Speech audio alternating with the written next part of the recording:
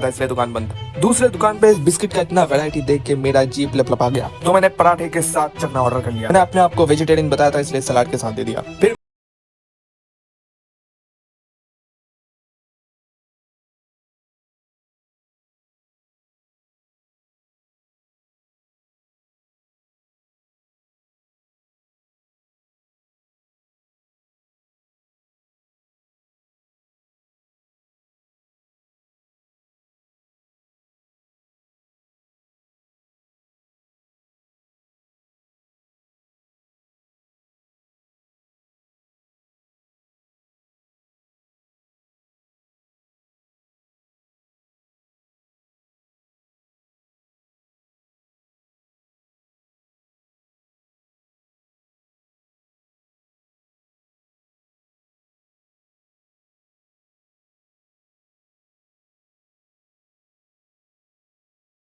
काम निपट के दोबारा अंदर जा रहे थे घर जाने के लिए। इस जंग में मैं भी शामिल था, तो बादाम खा के मैंने अपना हौसला बढ़ाया। घायल हुए सेना के लिए बैठने का इंतजाम किया गया था, क्योंकि सारे हॉस्पिटल कब्जा हो गए थे। छिंगल बेल बारे चाचा का भी कमरे में लचक आ गया था। तभी मुझे 1 से लेकर 10 तक काउंट करने के लिए बोला।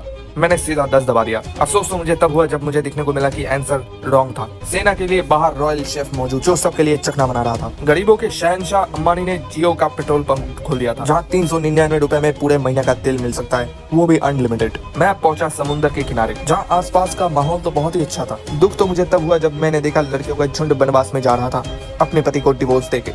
पर साथ में कॉन्डोम क्यों लेके जा रहे थे ये मुझे नहीं पता, पर मैं खुश था। पर मुझसे भी खुश 2 और चाचा थे, जो कि दूसरे के बीबी को लेके आया था और खुशी से नाच रहा था। घने जंगल के अंधेरे से मैं जा ही रहा था, तभी मुझे एक आदिवासी का झुंड देखने को मिला, जो कि मेरे तरफ ही बढ़ रहा था। ये आदिवासी एंटीक्विटी और रेड लेवल के अलावा कुछ और नहीं पीते हैं। इस बात का प्रमाण तो मुझे मिल ही गया था, जहाँ पे मुझे एंटीक्विटी का बोतल और रेड लेवल का बोतल चारों ओर फेंका हुआ मिला।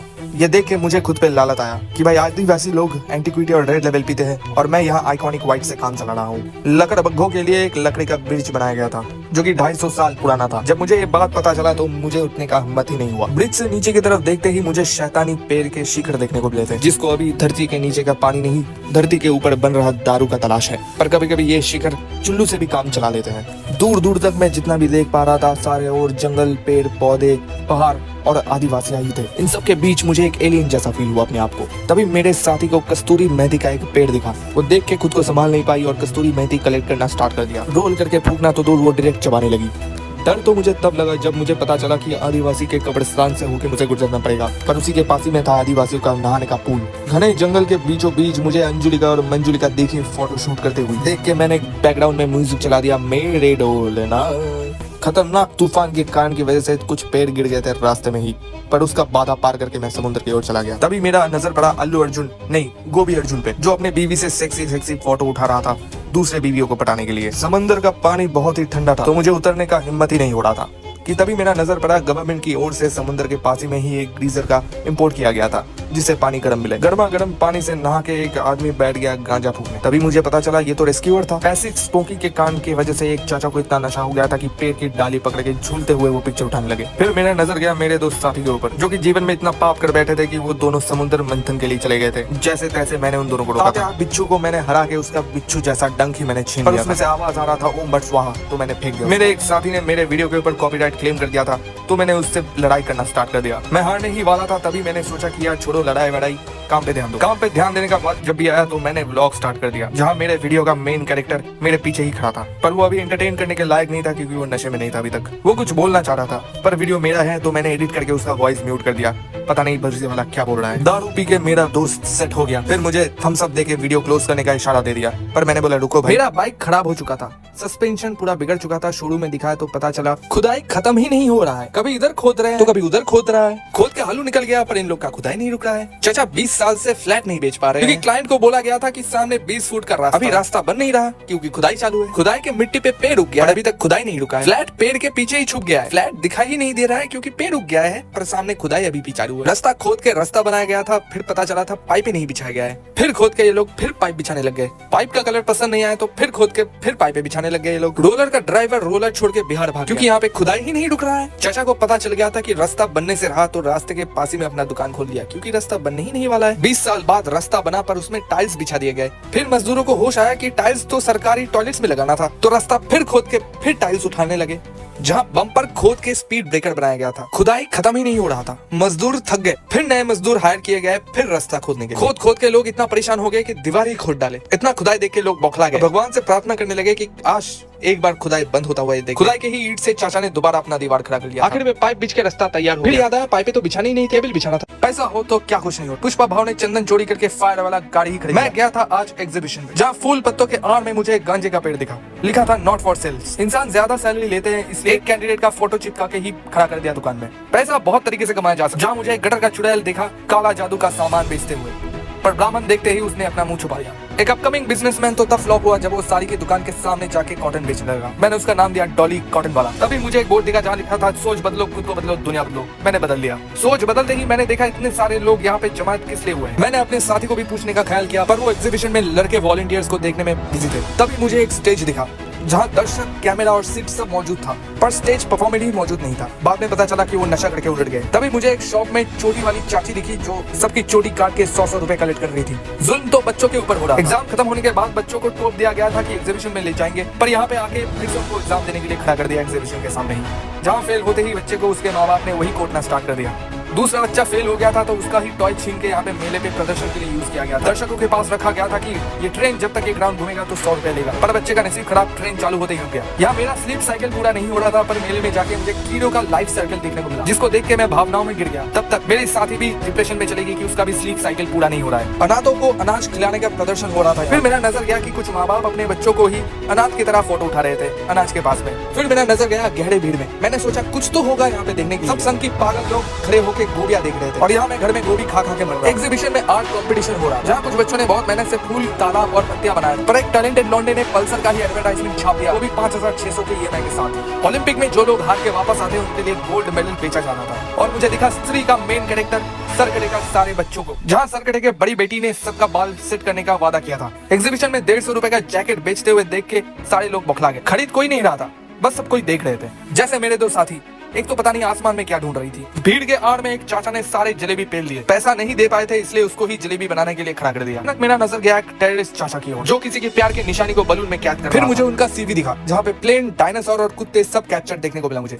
You are under CCTV surveillance देख के मैंने कॉपीराइट क्लेम कर दिया। तभी मुझे एक चाचा दिखा जो गुटखा खा के जेलीफिश को नचाते हुए पकड़े गए।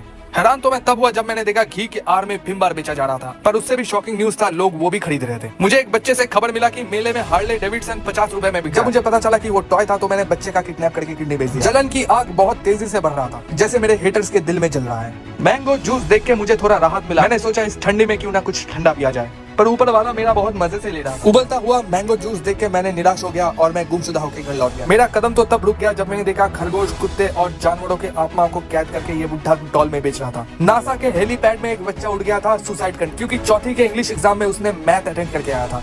तभी मुझे डॉली जलेबी वाला दिखा, जो अपना हाथ का कलाकारी दिखा के आंटियों को अट्रैक्ट कर रहा था। जहाँ दूसरी तरफ देखा कि हंस पे बैठा के अपने बच्चों को माँ बाप शांति से गोलगप्पे ठूस रहे थे। मिकी माउस देख के मुझे अपना बचपन का याद आ गया, जहाँ मुझे एक लड़की पसंद आई थी तो मैंने उसे धक्का मार के नीचे फेंक दिया इम्प्रेस करने के चक्कर में। आज 22 साल हो गया, मैंने उस लड़की को दोबारा नहीं देखा। बच्चों को टॉफी, चॉकलेट और कैंडिया देके किडनैप करने वाला चाचा मुझे मिल गया था, जो अभी अभी जेल से फरार होकर आया था। मैंने देखा कि एक बच्चा गुम गया और पापा पापा कर रहा है। मैंने बोला मैं तेरा पापा नहीं हूँ, लड़की के सामने बेइज्जती मत कर। एक अलादीन के चिराग से निकला हुआ जीनी डोरेमोन बेच रहा था, जिसका पॉकेट एक अश्लील जगह में था। मैंने पूछा इस नायाब डोरेमोन का प्राइस कितना है, तो बोला 200 रुपया। तभी मेरा एक साथी हॉर्नी हो गया, तभी बलून को दबाने लगा कोई और चीज समझ के। मैंने बोला भावना को कंट्रोल करो, घर जाके देख लेना। बलून दबा के उसको अपने पुराने आशिक का याद आ गया था, और उसके याद में उसने एक लाल गांड वाला बलून खरीद लिया। मुझे गुस्सा तो तब चढ़ा जब मुझे दिखा पनीर की आड़ में घूमने बेचा जा रहा था, तो मैंने अपना रास्ता घुमा के दोबारा 150 वाले जैकेट की तरफ मोड़ लिया। भीड़ के आड़ में एक चाची ने इस 150 वाली जैकेट से अपने बच्चे का टॉयलेट साफ किया और दोबारा उसको रख दिया। नासा वाले बुद्धिजीवी एक चाचा ने पेड़ के छतरी के नीचे ही फूल बेचना स्टार्ट कर दिया। उसका बुद्धि का प्रयोग करने के लिए मेरा एक साथी गया और बोला 3 का कितना प्राइस है। चाचा ने रिप्लाई दिया अपना नंबर दे दो तो मैं 3 दे दूंगा। मेरे साथी ने मना कर दिया तो चाचा ने बोला 3 नहीं 5 दूंगा, अपना नंबर दे दो। बार्गेनिंग करके थके हुए मेरे साथी ने पानी पीना स्टार्ट कर दिया,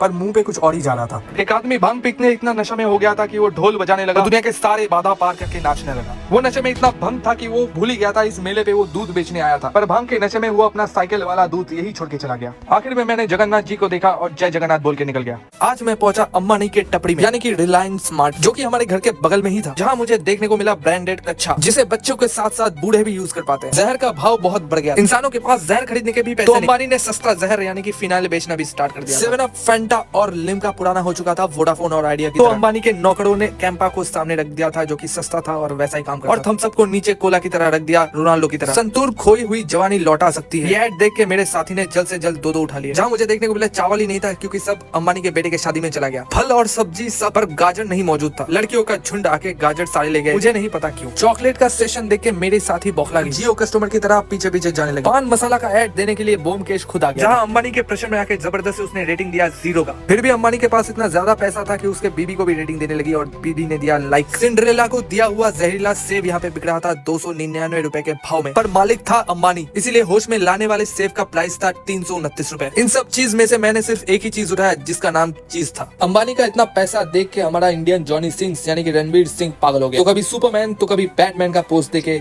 मनोरंजन करने लगा, और उसका शक्ल मुझे कुछ पसंद नहीं आया, तो मैंने उसको छोड़ के ये स्पॉन्ज बॉल खरीदने का फैसला कर लिया। निविया मैन का 5-in-1 ऑयल बिक रहा था, जिसे लड़के अपने बॉडी, फेस, बालों को छोड़ के गाड़ी पे भी यूज कर सकते हैं। बहुत ढूंढने के बाद चकना का सेशन देख के मुझे थोड़ा राहत, जहाँ मेरे साथी ने बहुत ढूंढ के एक पॉपकॉर्न का पैकेट उठा लिया। फिर मुझे दिल को एक बात याद आया कि मैंने गलत फैसला तो नहीं ले लिया। फिर तभी मुझे ऋतिक रोशन देखने को मिला चकने के सेशन। आखिर में मैंने सल्लू भाई का बेस्ट चॉइस को फेंक के निकल गया मार्केट से। আমি জয় বলি তোমার রাতে সিগন্যালে আমি এগিয়ে যাবো আমি মুখ মারি না তোমার আকার দেখে আমি হারিয়ে যাবো ওই গন্ধটা দুটোই পেরিয়ে দেখি খালি পথ আমার প্রথম গিয়ার তোমার ঘোরার ষষ্ঠ গিয়ারে উঠে দেখি আমি 100 গতিতে চলে আমার গাড়ি